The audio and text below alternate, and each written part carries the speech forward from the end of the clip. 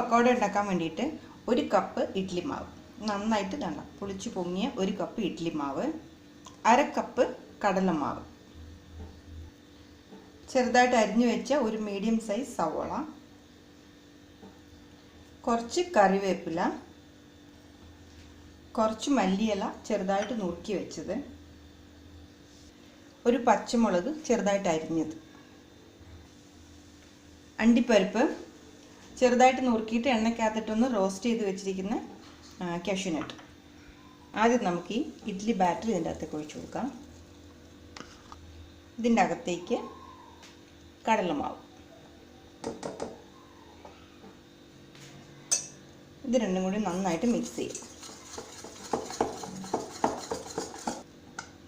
ഇത് കുറച്ച് തിക്കായത്, നമുക്ക് കുറച്ചും കൂടി വെള്ളം ഒഴിച്ചു കൊടുക്കണം ഇതിൻ്റെ അകത്ത്.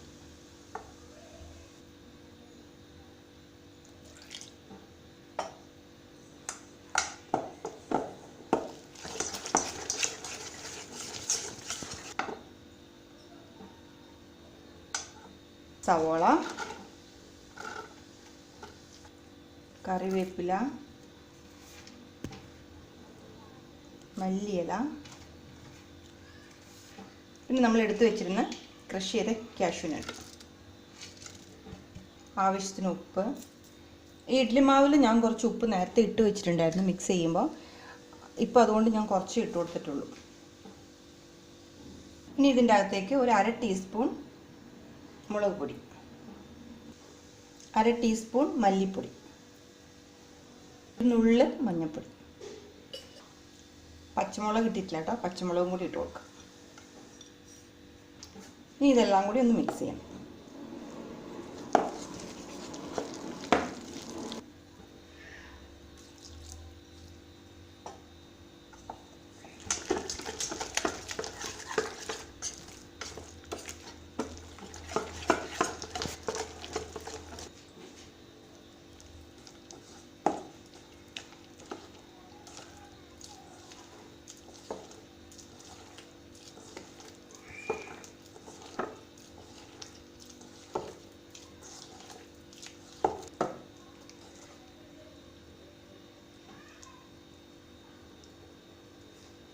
ഇതാണ് ഇതിൻ്റെ ഒരു പരുവ്.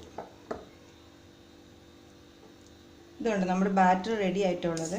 ഒരു ഫോർക്കോ അല്ലെങ്കിൽ ഒരു സ്പൂണോ എന്തെങ്കിലും എടുത്തോ, ഇങ്ങനെ നമുക്ക് കോരി ഒഴിക്കാൻ വേണ്ടിയിട്ട്. ഇത്രയും ലൂസായിട്ടുള്ളത്.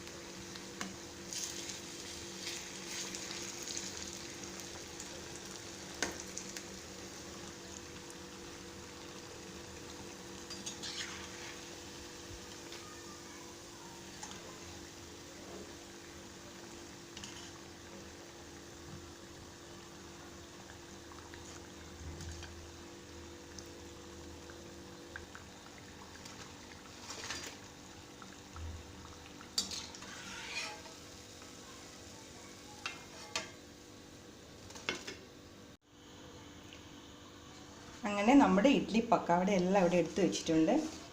അതിൻ്റെ ഷേപ്പ് വേണം, നല്ല ബോൾ പോലെ ഉരുണ്ടിട്ടുള്ള, നമ്മുടെ സാധാരണ പക്കാവട പോലെ അങ്ങനെ ചുങ്ങിപ്പോയിട്ടൊന്നുമില്ല. നല്ല സോഫ്റ്റ് ആയിട്ടുള്ള നമ്മുടെ ഇഡ്ഡലി പക്കാവട റെഡി ആയിട്ടുണ്ട്.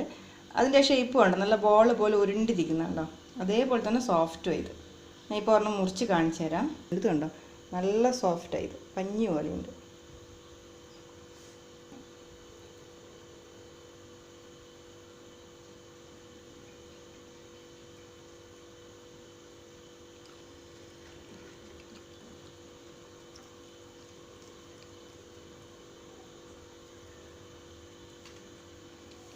ഇത് ചൂടോട് കൂടിയിട്ട് ചട്നിയുടെ കൂടെയോ അല്ലെങ്കിൽ സോസിൻ്റെ കൂടെയോ കഴിക്കാം. നല്ല ടേസ്റ്റി ആയത്.